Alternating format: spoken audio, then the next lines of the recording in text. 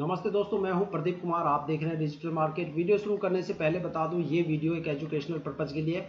अगर आप stock market में कोई भी फाइनेंशियल इन्वेस्टमेंट करते हो तो अपने फाइनेंशियल एडवाइजर से सलाह जरूर लें या फिर अपनी सोच समझ के साथ स्टॉक मार्केट में इन्वेस्टमेंट करें। अगर आपको स्टॉक मार्केट में कोई भी फाइनेंशियल लॉस होता है तो उसके लिए ये वीडियो रिस्पॉन्सिबल नहीं रहेगी। तो चलो दोस्तों, वीडियो शुरू करते हैं। आज हम बात करने वाले हैं century textile and industry limited stock के बारे में। सेंचुरी टेक्सटाइल के नाम से ये स्टॉक NSE और BSE में लिस्टेड है। आज इस वीडियो में हम सेंचुरी टेक्सटाइल स्टॉक के डीपली फंडामेंटल एनालिसिस करने वाले हैं, साथ में स्टॉक का पूरा पोस्टमार्टम करने वाले हैं और देखते हैं कि इसके पोस्टमार्टम रिपोर्ट में क्या निकलता है और फंडामेंटल के पिटारे में क्या निकल के आता है।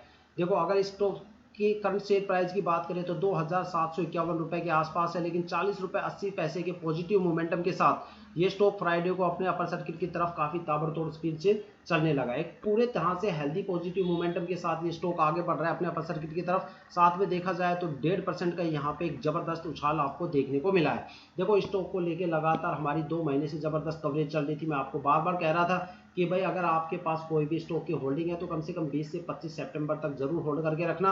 आपको 20-25 सितंबर के बाद इस स्टॉक में एक जबरदस्त लेवल का पॉजिटिव मोमेंटम देखने को मिलेगा। और आज कंडीशन ऐसी है कि स्टॉक पूरी तरह से हेल्दी मोमेंटम के साथ और पॉजिटिव मोमेंटम के साथ अपने अपर सर्किट की तरफ काफी तेजी से बढ़ रहा है। मैंने पहले भी कहा था, मार्केट में चाहे कितनी भी मंदी आ जाए, लेकिन 25 सितंबर के बाद स्टॉक्स में आपको पॉजिटिव मोमेंटम देखने को मिलेगा। ठीक है। और अगर स्टॉक की लास्ट ईयर की परफॉर्मेंस की बात करें तो ये स्टॉक 1040 रुपए 45 पैसे से चल के 2936 रुपए 45 पैसे तक गया। देखा जाए तो यहाँ पे इन्वेस्टर्स का जो पैसा है वो लगभग डबल से भी ज्यादा हो गया। ठीक है। साथ में अगर स्टॉक पे डिविडेंड की बात करें तो कंपनी ने यहाँ पे 0.18% का डिविडेंड अनाउंस कर रखा है। देखो, देखा जाए तो कंपनी जिस कंपनी के अंदर इन्वेस्टर्स पब्लिक इन्वेस्टर्स की कमी होती है, कंपनी वहाँ पे डिविडेंड्स टाइम पे अनाउंस करती रहती है। देखा जाए तो पब्लिक इन्वेस्टर्स को अट्रैक्ट करने के लिए ही कंपनी डिविडेंड लेके आती है। साथ में अगर इस स्टॉक का पी रेशियो की बात करें तो यहाँ पे पी रेशियो 474.56 है। देखा जाए तो स्टॉक्स का जो ट्रेंड है जबरदस्त आपको देखने को मिलेगा। यहाँ पे स्टॉक में आपको एक जबरदस्त लेवल की पॉजिटिव मोमेंटम देखने को मिलेगा। जो इसका ट्रेंड कह रहा है वो एक बेस्ट लेवल का यहाँ पे ट्रेंड बोल रहा है। जो इसका पी रेशियो है वो एक बेस्ट ट्रेंड की तरफ इशारा कर रहा है।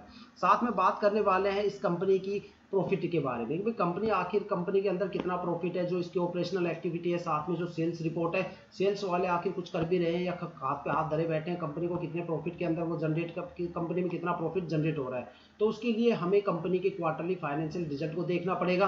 तो उसके लिए जो रिसेंटली क्वार्टरली रिजल्ट है जून 2024, उस पर एक नजर डालते हैं।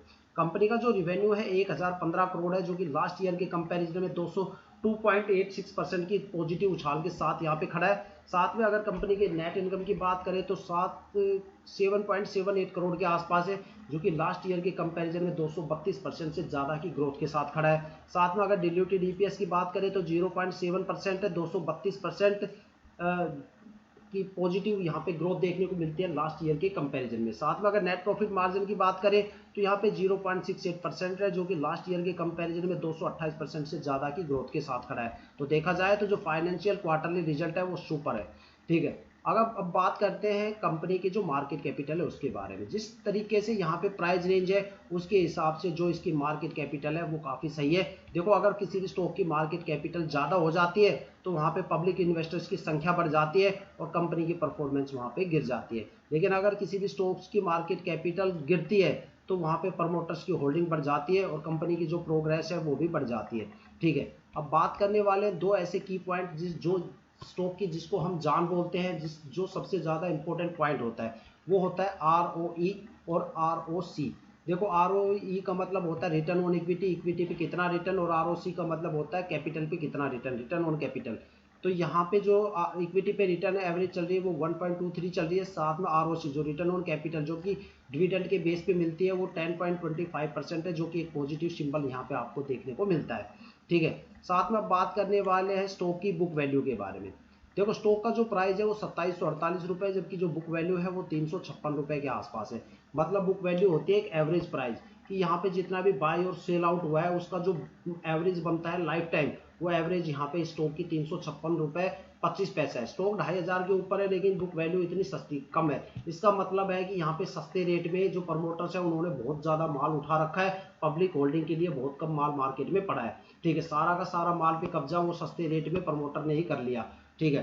और अगर देखा जाए तो जो बुक वैल्यू है वो ही किसी भी स्टॉक की सबसे मजबूत रेसिस्टेंस होती है।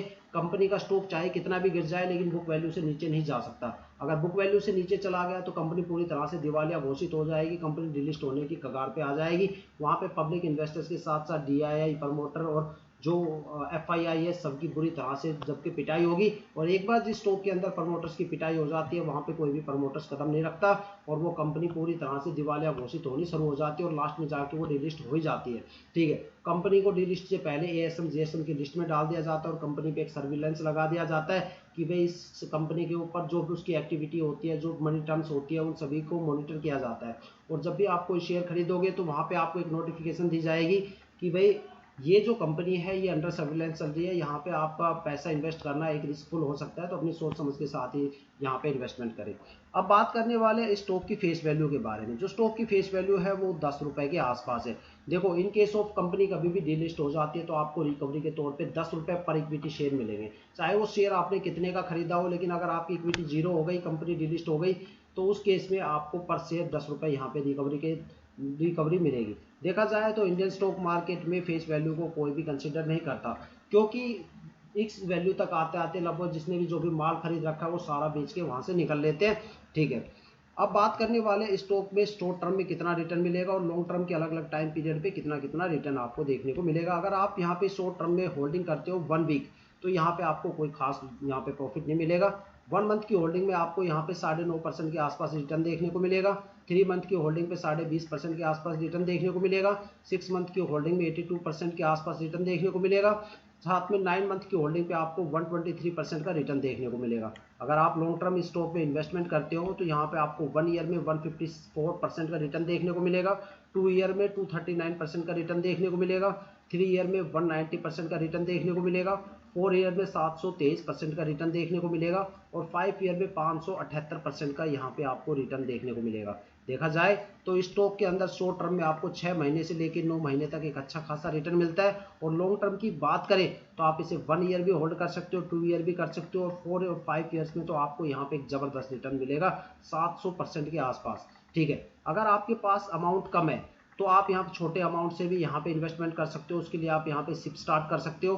सिप एक तरह से FD होती है, जैसे आप FD में कोई भी छोटा सा अमाउंट सेलेक्ट कर लेते हो, धीरे धीरे अपनी किस्त भरते हो, तो इस तरह से यहाँ पे जो आपकी किस्त जाएगी वो ऑटो डेबिट आपके अकाउंट से होगी, मतलब आपके अकाउंट से ऑटोमेटिक कनेक्ट हो, वो ऑटोमेटिक यहाँ पे कट होती रहेगी, वो कलेक्ट होती रहेगी, कट होती डिटेक्ट होती रहेगी। साथ में यहाँ पे पूरा का पूरा अमाउंट यहाँ पे इकट्ठा होता रहेगा। जिस दिन आप अपनी सिप को बंद करोगे, 3 साल बाद, 4 साल बाद, 5 साल बाद, उस टाइम क्या होगा, जो भी आपका प्रिंसिपल अमाउंट रहेगा, साथ में जो भी आपकी मैच्योरिटी रहेगी, जो भी आपका रिटर्न वगैरह रहेगा, वो सारा आपके अकाउंट में ट्रांसफर हो जाएगा और आपकी सिप वहाँ पे क्लोज हो जाएगी, बंद हो जाएगी।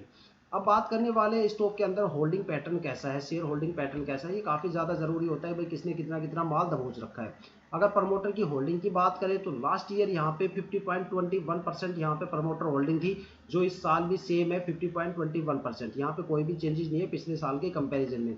देखा जाए तो प्रमोटर्स यहाँ पे लॉन्ग टर्म के लिए बैठे हुए हैं। DII की अगर बात करें तो यहाँ पे लास्ट ईयर जो होल्डिंग थी वो 15.25% थी, जो इस साल बढ़ के 15.75% हो गई। देखा जाए तो DII की होल्डिंग में यहाँ पे इंक्रीमेंट हुआ है। FII की होल्डिंग की बात करें तो यहाँ पे 8.08% थी लास्ट ईयर होल्डिंग, जो इस साल बढ़ के 8.51% के आसपास हो गई। तो यहाँ पे FII की होल्डिंग में भी इंक्रीमेंट हुआ है। अब बात करते हैं पब्लिक इन्वेस्टर्स की होल्डिंग में। लास्ट ईयर जो पब्लिक इन्वेस्टर्स की होल्डिंग थी वो 25.35% थी, जो इस साल घट के 24.41% हो गई। ठीक है, अब देखो एक्सपर्ट क्या बोलते हैं कि भाई जो शेयर होल्डिंग पैटर्न है वो आखिर कितना होना चाहिए किसी भी स्टॉक के लिए एक पॉजिटिव मोमेंटम या एक अच्छी परफॉर्मेंस के लिए। तो मिनिमम यहाँ पे जो रेशियो होना चाहिए वो 35% का होना चाहिए होल्डिंग का। किस किस की होल्डिंग का? प्रमोटर की होल्डिंग का, DII की होल्डिंग का, FII की होल्डिंग का और गवर्नमेंट की होल्डिंग का। इन चारों की होल्डिंग करके यहाँ पे जो रेशियो होना चाहिए मिनिमम 35% होना चाहिए किसी भी स्टॉक को एक अच्छी खासी परफॉर्मेंस देने के लिए। अगर इस स्टॉक से जितने भी ज़्यादा यहाँ पे आपको रेशियो मिलेगा स्टॉक में, आपको उतना ज़बरदस्त पॉजिटिव मोमेंटम मिलेगा, एक ज़बरदस्त प्रोग्रेस देखने को मिलेगी, उतना ज़्यादा आपको प्रॉफिट देखने को मिलेगा। जैसे होल्डिंग 35 से कम आती है तो आपको स्टॉक से तुरंत निकल जाना चाहिए या आपको स्टॉक पे पैसा ही लगाना नहीं चाहिए, क्योंकि स्टॉक मार्केट में काफ़ी ज़्यादा स्टॉक ऐसे हैं जिसमें 60, 70, 80% होल्डिंग आपको देखने को मिलेगी। इस स्टॉक में भी अगर बात करें हम तो यहाँ पे आपको 75 से ज़्यादा ही आपको होल्डिंग देखने को मिलेगी। तो यहाँ पे आपको एक अच्छा खासा रिटर्न भी देखने को मिलेगा लॉन्ग टर्म में। तो यहाँ पे देखा जाए तो ज़बरदस्त आपको रिटर्न देखने को मिल रहा है। साथ शॉर्ट टर्म में 6 और 9 मंथ में भी आपको एक अच्छा खासा रिटर्न देखने को मिल रहा है। और अगर होल्डिंग 35% से नीचे चली जाती है तो वहाँ पे आपको प्रॉफिट की जगह लॉस के अलावा कुछ भी नहीं मिलेगा। तो वहाँ पे आपको उन स्टॉक्स में कभी पैसा लगाना ही नहीं चाहिए। ठीक है, तो देखो दोस्तों, ये थी अब तक की सबसे बड़ी update century textile and industries stock को लेके और सबसे बड़ी फंडामेंटल एनालिसिस।